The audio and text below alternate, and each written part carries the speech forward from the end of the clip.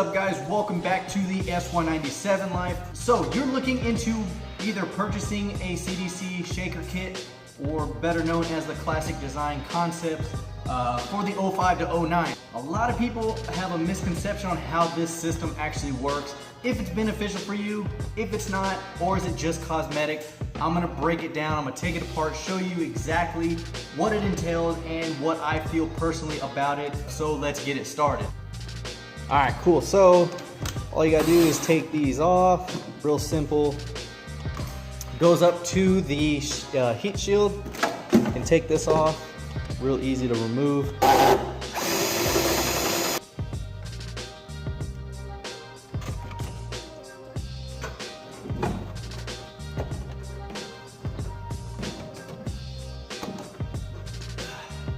All right, so as you see, it's real simple.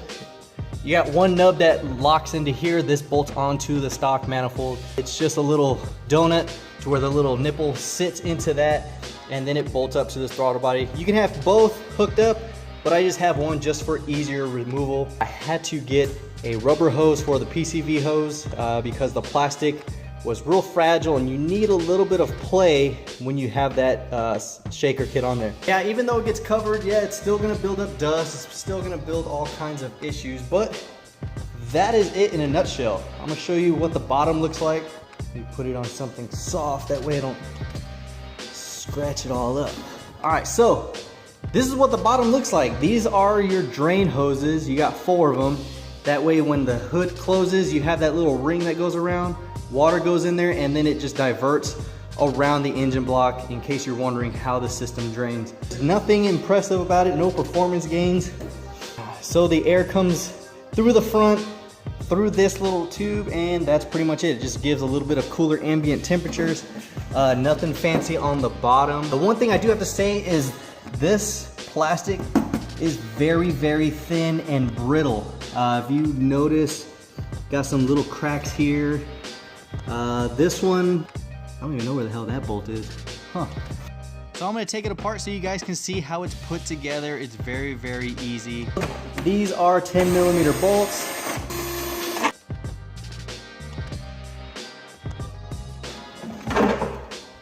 That is it. That is what the air goes into. It's really not a good seal. I put some insulation because it was not sealing up right. But yeah, it just goes into that. This is manufactured original from the 70s Mustang. They are still casted by the same die. So it is the same quality as in the 70s. Same material, it's cast aluminum. This is what I was talking about. This was the 1-inch riser that I custom made to make that shaker stick a lot higher. I went to Lowe's and bought some really thin, I think it was a 4-foot piece of aluminum. Get aluminum because it's easier to shape. I shaped this by using my fingers, and then I wrapped it with carbon fiber. So what you want to do is when you're shaping it, shape the front first. You're gonna have a slight bend, and then you're gonna wanna gradually bend it around, get a natural curve. You don't want it straight.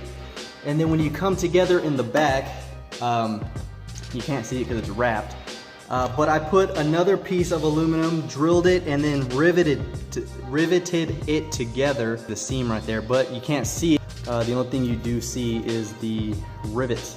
So this cost maybe, I think it was like $8.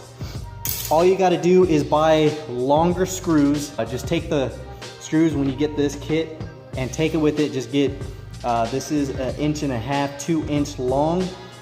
Some more washers to protect the plastic, because like I said, this is really thin and brittle, especially with heat throughout the years. It will crack and you want the washers to protect it. That way your bolt doesn't break through this. Once you get this all fabricated, you put it on there. You sit this back on top, and then you use the long bolts to sandwich it together, and that's what gives the full 1-inch rise on the shaker. Like I said in my other video, you will see shakers that sit really low. I did not like that, it was bothering me. So that's my fix. Let me know if you guys wanna do that or if this helps. It is really easy. There used to be a company that made these and they were like $100.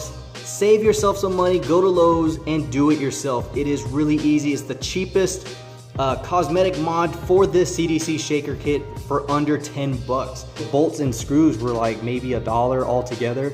Jesus Christ, it is freaking hot in my garage. Look how sweaty I am. There's the question of how this shaker kit actually works. There aren't any videos of, I mean, there's one video of like installation, but everyone just shows after, but they don't ever break it down how it actually works.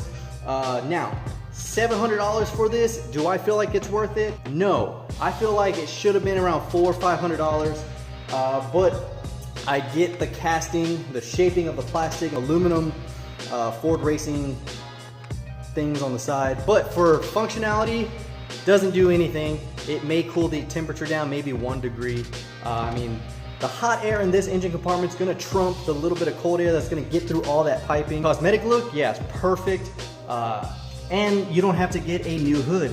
I was gonna get a new hood, but I didn't want to spend all the money, and using the stock hood is really good. So I guess, yeah, $700 is worth it because you're saving the hood and you're adding a nice retro look to it. So that is pretty much the shaker kit all in a nutshell. Really simple design. That is it, guys. So hopefully you guys enjoyed the video. Hopefully I can sway you in the decision making if you're wanting to go the shaker kit route or get an aftermarket hood. It is solely up to you. This is all individualized. Some people like the shaker, some people don't. But I'm gonna put this bad boy back together, and of course, until next time, this is Ollie with the S197 Life. Peace.